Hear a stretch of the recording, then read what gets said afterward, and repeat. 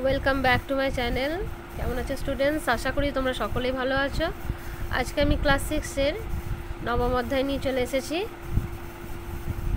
আজকের আমাদের যেটা হচ্ছে বিষয়, আমরা যেটা পড়বো ভারত ও সমকালীন বহির্বিশ্ব। তো এক নজরে আমরা প্রাচীন বিশ্বের বিভিন্ন সভ্যতা একটু জেনে নেব।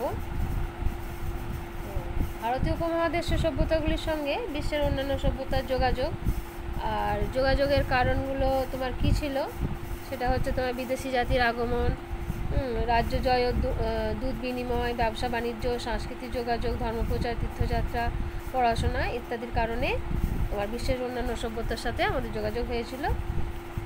আর ভারতের সঙ্গে যাদের যোগাযোগ হয়েছিল তারা হচ্ছে তোমার শক, হুন, কুষাণ, পারস্য, চীন, গ্রিস, মধ্য এবং দক্ষিণ পূর্ব এশিয়া, চীন, তিব্বত, দক্ষিণ পূর্ব এশিয়া, তারপরে তিব্বত, সুমাত্রা, চীন, জাভা, সুমাত্রা ইত্যাদি, এদের সাথে যোগাযোগ ঘটেছিল। তো চলো তাহলে দেরি না করে আমরা একটু দেখে নিই চটজলদি কয়েকটি গুরুত্বপূর্ণ তথ্য।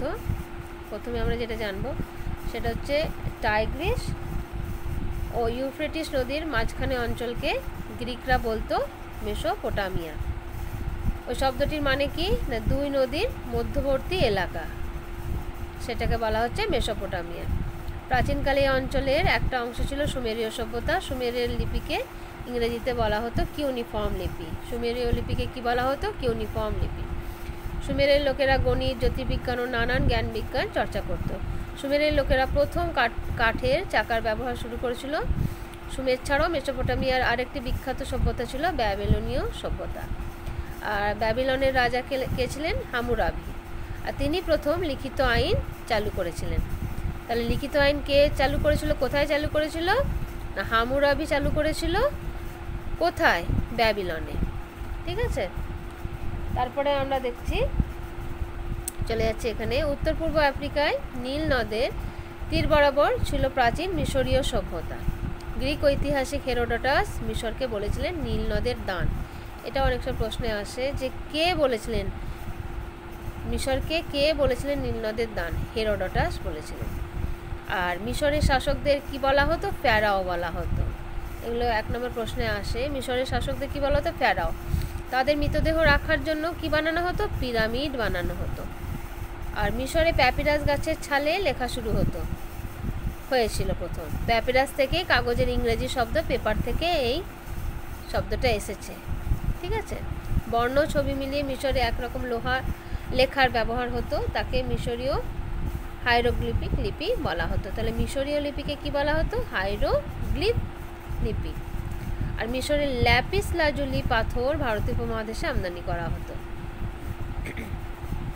তারপরে এখানে আমরা আসছি এশিয়া মহাদেশের পূর্বে হোয়াংহো ও ইয়াংশিকিয়াং নদীর অববাহিকায় ছিল প্রাচীন চীন সভ্যতা।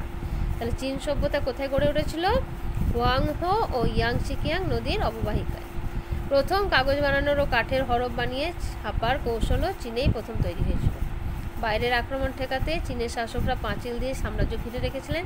সেই বিরাট পাঁচিলগুলিকে একসঙ্গে চীনের প্রাচীরও বলা হয়। আর প্রথম বারুদের ব্যবহারও কিন্তু প্রথম চীনেই শুরু হয়েছিল। তারপরে পাহাড়ে ঘেরা গ্রীষ্মে অনেকগুলি ছোট ছোট রাষ্ট্র গড়ে উঠেছিল। সেগুলোকে বলা হতো নগর রাষ্ট্র বা পলিশ। পলিশগুলির মধ্যে বিখ্যাত ছিল এথেন্স ও স্পার্টা। তাদের সঙ্গে পারসিক সাম্রাজ্যের যুদ্ধ হয়েছিল। সেই যুদ্ধের কথা গ্রিক ঐতিহাসিক হেরোডোটাসের লেখায় আমরা পাই। এথেন্স ও স্পার্টা নিজেদের মধ্যেও যুদ্ধ করেছিল। গ্রিক ঐতিহাসিক থুকিডাইডিস সেই যুদ্ধের কথা লিখেছিলেন। প্রাচীন গ্রিক সভ্যতায় বিজ্ঞান, ইতিহাস, গণিত ও নানান জ্ঞান বিজ্ঞান চর্চা হতো। পারসিক অন্যান্য সভ্যতার ছাপও গ্রিক সভ্যতায় পড়েছিল। ঠিক আছে। আচ্ছা, তারপরে দেখো, পারস্য উপসাগরের উত্তরে গড়ে উঠেছিল বিরাট পারসিক সাম্রাজ্যের সঙ্গে সঙ্গে পারসিক সংস্কৃতিও ছড়িয়ে পড়েছিল বিভিন্ন অঞ্চলে।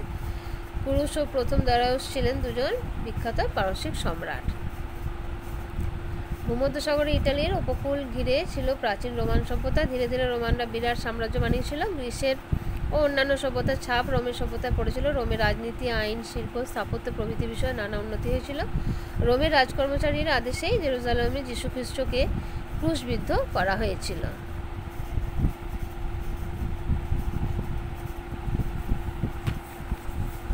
এরপরে তোমার ভারত ও বহির্বিশ্বের মধ্যে যোগাযোগের মাধ্যম, সেটা একটা তোমার পড়ছে এখানে রাজনৈতিক যোগাযোগের মাধ্যম।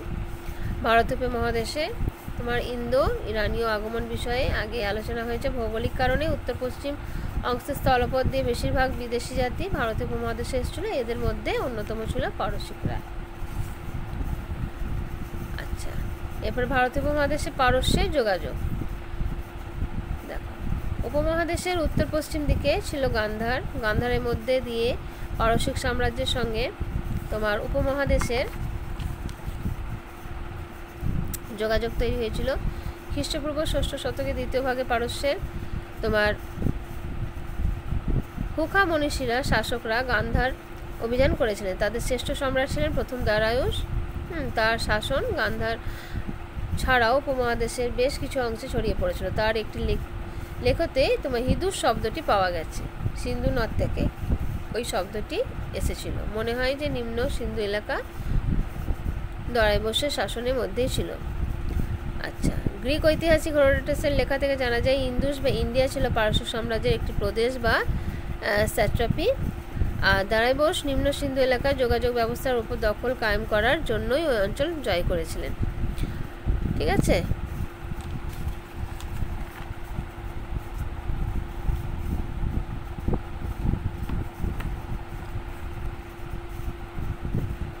আচ্ছা এবারে আমরা একটু জানবো ভারত উপমহাদেশে ও গ্রিসের যোগাযোগ। গ্রিক শাসক আলেকজান্ডার পৃথিবী জুড়ে একটা বিরাট সাম্রাজ্য তৈরি করতে চেয়েছিলেন। তার জন্যই পারস্যদের সঙ্গে তার যুদ্ধ বাঁধে। পারসিকদের হারিয়ে আলেকজান্ডার পৌঁছে যান কোথায়? ভারত উপমহাদেশে। উপমহাদেশে পারসিক শাসক তোমার শেষ হয় আলেকজান্ডার অভিযানের ফলে। এই বিষয়ে আগে আমরা জেনেছি, আলোচনা হয়েছে আগে। আলেকজান্ডার বেশি দিন উপমহাদেশে ছিলেন না, ফলে ওই অভিযানের প্রভাব ভারত উপমহাদেশে খুব গভীরভাবে পড়েনি। আলেকজান্ডার অভিযানের বিরুদ্ধে বেশ কিছু শাসক যুদ্ধ করেছিলেন, আবার অনেক শাসক গ্রিক বাহিনীকে সহযোগিতাও করেছিল। তক্ষশিলার রাজা অম্বি আলেকজান্ডারকে সহযোগিতা করেন, তবে আলেকজান্ডারের অভিযানের ফলে ছোট ছোট শক্তিগুলি নিশ্চিহ্ন হয়ে গিয়েছিল। তার ফলে মগধের ক্ষমতা বেড়েছিল।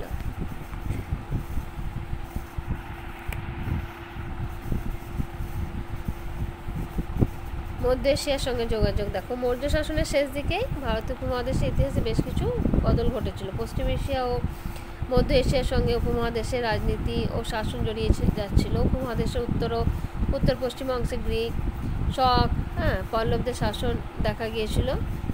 তারপর তোমার পুষ্যমিত্র শুঙ্গের সময়ে গ্রিক রাজারা বেশ কিছু অঞ্চলও দখল করেছিল। এই গ্রিক রাজাদের অনেকেই আদতে ব্যাকটেরিয়ার বাসিন্দা ছিল। উপমহাদেশের উত্তর পশ্চিম সীমান্তে ছিল বাল্হিক দেশ বা ব্যাকটেরিয়া। এটি ছিল হিন্দুকুশ পর্বতমালার উত্তর পশ্চিম, অর্থাৎ এখনকার আফগানিস্তানের উত্তর পূর্ব অঞ্চল। আচ্ছা, ব্যাকটেরিয়ার গ্রিক রাজাদের জবন বলা হতো পুরাণ সাহিত্যে। কোথায় না পুরাণ সাহিত্যে। উত্তর পশ্চিম সীমান্ত অঞ্চল গান্ধারের তক্ষশিলা পর্যন্ত এই ব্যাকটেরিয়ার গ্রিক শাসন ছিল। উপমহাদেশে গ্রিক শাসকদের বলা হতো ব্যাকট্রিয় গ্রিক বা ইন্দো গ্রিক শাসক। ঠিক আছে, এরপরে আমরা একটা টুকরো কথায় মিনান্দার নিয়ে পড়ব। ইনি কে ছিলেন? মিনান্দার ছিলেন একজন উল্লেখযোগ্য ব্যাকট্রিয় গ্রিক শাসক। তার রাজধানী ছিল সাকল, বর্তমান পাকিস্তানের এটা সিয়ালকোটে। তিনি বৌদ্ধ পণ্ডিত নাগসেনকে বৌদ্ধ ধর্ম সম্পর্কে কতগুলি প্রশ্ন করেন। এই প্রশ্নাবলীর উত্তরগুলিকে সংকলিত করে নাগসেন মিলিন্দ পঞ্চক নামে একটি গ্রন্থ রচনা করেছিলেন।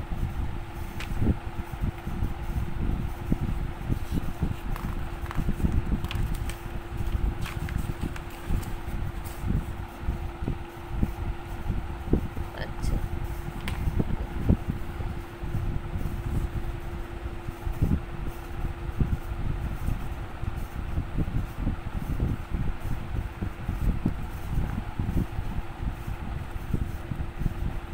তারপরে দেখো আমরা একটু এই সাইডে এসে যদি একটু শর্টকাটে দেখি। গ্রিক শাসক সেলুকাসের দূত মেগাসেনিস চন্দ্রগুপ্ত মৌর্যের সবাই গিয়েছিলেন। একই সময়ে সেলুকাসের দূত হয়ে মৌর্য দরবারে গিয়েছিলেন কে? ডায়ামাকাস। মিশরের শাসক টলেমি তোমার ডায়োনিসিয়াসকে পাঠিয়েছিলেন দূত হিসাবে মৌর্যদের কাছে। মৌর্য সম্রাটও তাদের দূত পাঠালেন বিদেশি শাসকদের সভায়। বিন্দুসারের সঙ্গে তোমার সিরিয়ার শাসক প্রথম অ্যান্টিওকসের যোগাযোগ ছিল। বিন্দুসার গ্রিক রাজার কাছে কয়েকটি জিনিস ও একজন পণ্ডিত চেয়েছিলেন। সিরিয়ার শাসক সব জিনিস পাঠালো, পণ্ডিত পাঠাননি। এই ঘটনা কতটা বাস্তব সে নিয়ে প্রশ্ন রয়েছে। তবে বোঝা যায় পশ্চিম এশিয়ার গ্রিকদের সঙ্গে মৌর্যরা ভালো সম্পর্ক বজায় রাখার চেষ্টা করেছিল। সম্রাট অশোক উপমহাদেশের বাইরে বৌদ্ধ ধর্ম প্রচার করেছিলেন। সিরিয়া, মিশর, ম্যাসিডন, সিংহল প্রভৃতি জায়গায় অশোক দূত পাঠিয়েছিলেন বৌদ্ধ ধর্ম প্রচার করার জন্য। রাজগৃহে পাওয়া একটি লেখ থেকে হর্ষবর্ধনের সময়ও চীনের সঙ্গে দূত বিনিময়ের সম্পর্ক বিষয়ে জানা যায়। ঠিক আছে, আজ আমরা এই পর্যন্ত রাখছি। নেক্সট দিন আমরা পরের অংশটুকু পড়ে জানবো। তাহলে আজ যতটা পড়ানো হলো তোমরা একটু এটা মন দিয়ে পড়বে। আজ এই পর্যন্তই তাহলে রাখলাম, ভালো থেকো।